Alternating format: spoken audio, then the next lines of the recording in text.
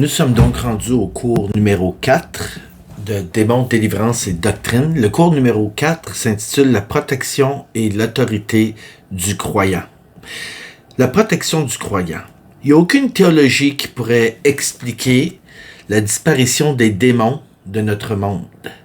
Étrangement, plusieurs dénominations qui croient à l'accomplissement des révélations apocalyptiques, qui incluent la présence de démons, n'ont dans leur théologie aucune règle de doctrine en ce qui concerne le commandement qui dit de prendre autorité et de chasser les démons. Dans le cours numéro 1, nous avons vu que le terme « posséder » est absent de la langue originale dans laquelle le Nouveau Testament a été écrit. Une traduction qui est suggérée pour décrire l'état d'une personne sous l'emprise d'une oppression démoniaque est le mot « vexé ». Il se peut même qu'il y ait des traductions, vous allez voir, qui vont utiliser le mot « vexé ». D'être vexé veut dire être blessé moralement. Des synonymes du mot « vexé » sont d'être aigri, d'être blessé, justement, d'être brimé, d'être contrarié, être froissé, être heurté, être mortifié. Ce qui est une traduction qui devrait revenir beaucoup plus souvent quand on parle de l'effet d'un esprit sur la vie d'un être humain, qu'il soit chrétien ou non. Être offensé ou être offusqué. Cette sombre liste décrit parfaitement l'agenda du diable dans la vie des enfants de Dieu, et nombreux sont ceux qui peuvent témoigner avoir longtemps vécu une vie misérable et manipulée dans les états que je viens de décrire. Faute de connaissance de cette vérité, il y a des gens qui vont se laisser encore manipuler pendant de nombreuses années. Ils vont dire « Oh non, un chrétien ne peut pas avoir un démon », mais ils vont vivre plusieurs de ces états d'âme que je viens de décrire. Tant de chrétiens se pensent à l'abri du malin, à cause de leur théologie erronée, issue d'hommes, certes pieux, très brillants, mais qui sont aussi dans l'erreur. Plusieurs chrétiens qui se pensent à l'abri d'intrusions démoniaques juste parce qu'ils sont chrétiens sont en réalité vexés, sans le savoir dans certains cas, par des liens spirituels qui viennent alourdir leur existence et enténébrer leur vie et éteindre leur témoignage. C'est souvent quand ces gens se retrouvent creux dans leur malheur ou creux dans le fond du baril qu'ils commencent à se poser des questions sur leur théologie. D'autres encore se posent des questions sur leur théologie, mais ne l'admettront jamais. Excusez-moi pour le son ici. Ça nécessite un petit ajustement. Bon. Cela veut-il dire que les croyants sont semblables à des cibles exposées sans défense, comme si on avait un gros cible, un bullseye, comme diraient les Anglais, sur le dos, une cible ronde là, sur le dos? Non, absolument pas. En fait, la parole de Dieu nous enseigne que Dieu offre 3 niveaux de protection spirituelle à tous les croyants. Je répète, Dieu offre, et je vais vous montrer un petit schéma ici, Dieu offre un niveau de protection spirituelle à tous les croyants. Ça, c'est autant dans l'Ancien Testament que dans le Nouveau Testament, puis on va les regarder ensemble. Je vais même vous montrer un portrait ici. Cela veut-il dire que nous, en tant que croyants, on est automatiquement blindés contre toute attaque démoniaque? Absolument pas. La parole de Dieu nous dit qu'il y a 3 niveaux. Donc, vous voyez ici, je vais vous montrer le dessin. Si jamais vous voulez encore, je disais les notes de cours, s'il vous plaît, me le dire. Oh mon Dieu. Ouais, ça paraît pas bien avec la lumière. Je vais essayer je pense que ça paraît à l'envers. En tout cas, si jamais vous voulez les notes, je vais de toute façon les lire, les versets qui sont ici. Je suis vraiment désolé si c'est à l'envers. Prenez un screenshot, peut-être l'inverser. Mais on va les regarder ensemble, ces 3 niveaux de protection ici. Donc, le niveau numéro 1, donc il y a la protection de Dieu. Ça, c'est la première, OK? Niveau de protection 1, la protection souveraine de Dieu. Elle est providentielle envers le croyant, puis on la retrouve dans chapitre 1 et 2 de Job. Ces passages démontrent clairement que Dieu filtre et restreint les activités du diable. On a Job chapitre 1, verset 12, puis aussi le psaume 125, 2 et 3. Donc, on voit que Dieu restreint très clairement les activités du diable dans la vie des hommes. En effet, nous ressentons dans les propos de Satan même une certaine frustration dans le livre de Job. Regardons-le ensemble ici. Job 1, 9. Donc, Job 1, 9 à 10. Et Satan répondit à l'Éternel. Est-ce d'une manière désintéressée que Job craint Dieu? Ne l'as-tu pas protégé? Il reproche Dieu de protéger Job. Il reproche à Dieu sa protection, imaginez-vous donc. Il dit, ne l'as-tu pas protégé, lui, sa maison et tout ce qui est à lui? Et je vous rappelle que les enfants de Job n'étaient pas nécessairement des croyants. Donc, on voit ici, comme dans le Nouveau Testament, qu'il y avait une sorte de sanctification même qui était opérée sur les enfants de Job, mais non due, donc une grâce. Donc, lui, sa maison et tout ce qui est à lui, il dit, tu as béni l'œuvre de ses mains et ses troupeaux couvrent le pays.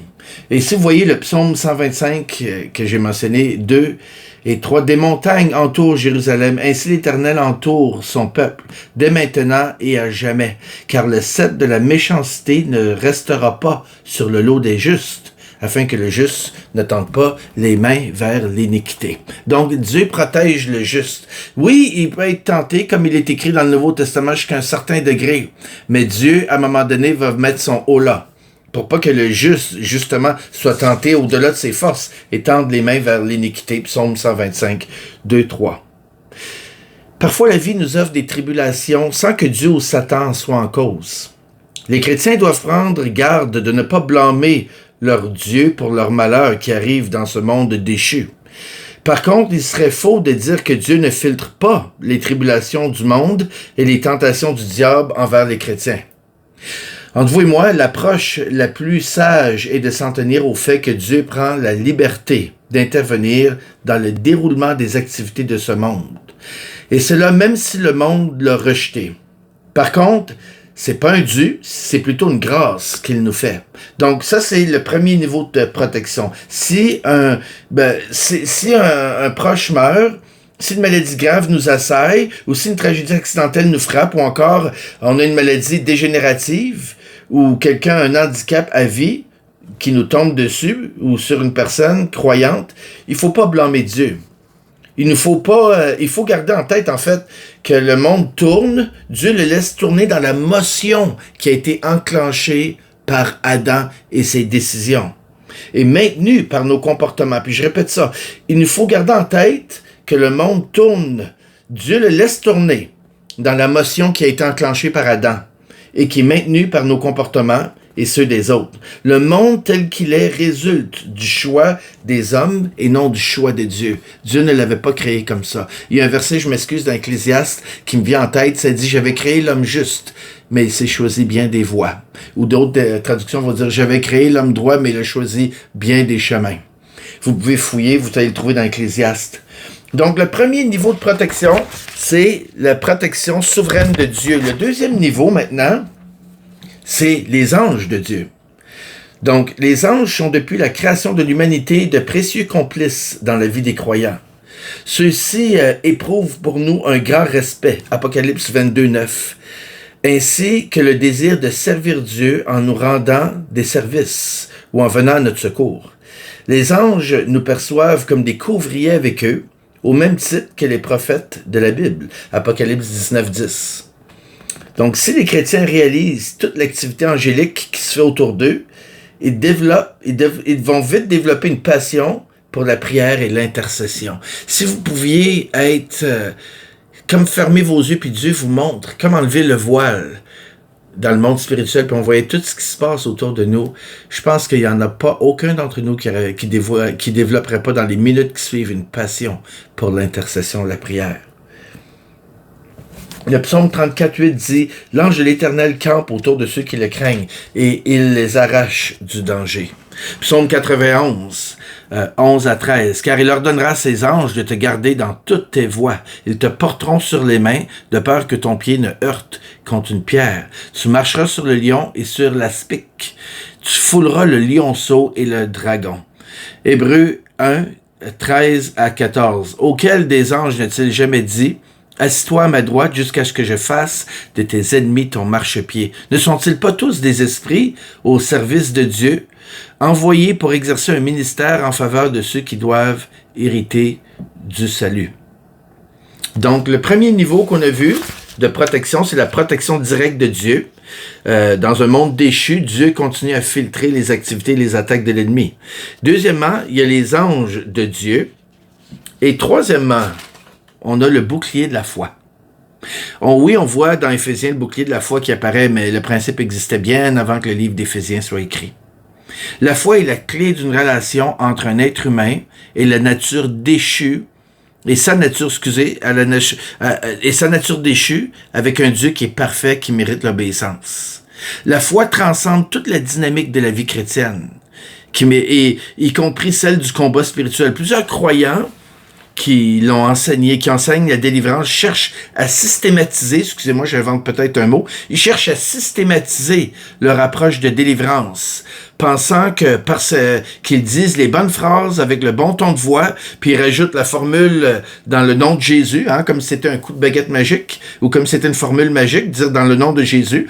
Et ils disent, c'est pris carrément du ministère que les anglophones ont transmis dans divers pays. Au lieu de dire au nom de Jésus, ils disent dans le nom de Jésus. In the name, c'est un anglicisme. Oui, c'est ça qu'on le fait au nom de Jésus. Mais c'est pas une formule magique. On va regarder ça bien en détail. Les esprits impurs vont pas automatiquement sortir juste parce que vous dites dans le nom de Jésus. N'oublions pas que les démons sont des êtres qui, comme nous, ont été créés avec un libre arbitre. Il y en a différents. Il y en a des méchants, comme on a vu. Il y en a des plus méchants. Et il y en a des encore plus méchants. Ils sont tous méchants, c'est clair. Ce sont des psychopathes spirituels. Mais il y en a des pires. Donc, ils ont été créés avec un libre arbitre, des sentiments, des émotions. Ils sont capables d'avoir peur. Hein? Ils sont capables de formuler des stratégies aussi. Ce sont des êtres intelligents. Non, ils n'ont pas d'esprit. Ils ne peuvent pas créer. Ils peuvent seulement utiliser ce qui est créé et pervertir. C'est pourquoi quand des gens disent avoir vu des esprits, ils décrivent des formes grotesques d'insectes ou de créatures qui existent déjà, mais perverties, alaidies, avilies. L'homme et la femme qui marchent avec foi créent autour de leur personne une atmosphère où la faveur de Dieu devient propice. Et cette faveur inclut la force de résister aux tentations, aux propositions et aux mensonges et aux faux raisonnements du malin. Donc, c'est la protection que nous offre le bouclier de la foi. C'est pourquoi aussi dans Éphésiens, puis on va terminer cette vidéo, je vais les faire courtes parce que ce cours numéro 4 a beaucoup de stock, alors on va le mettre en 3 petits cours. Donc, Éphésiens 6, 16 qui dit « Prenez par-dessus tout ». Donc, appliquez à toute la panoplie d'armes ou de défense que Dieu a donnée pour faire l'armure, appliquez par-dessus tout le bouclier de la foi avec lequel vous pourrez éteindre les traits ou les flèches, si vous préférez, enflammées du malin. Donc, on va arrêter ici. On va reprendre pour la suite. Que faire avec une génération incrédule et perverse, possédant peu de foi?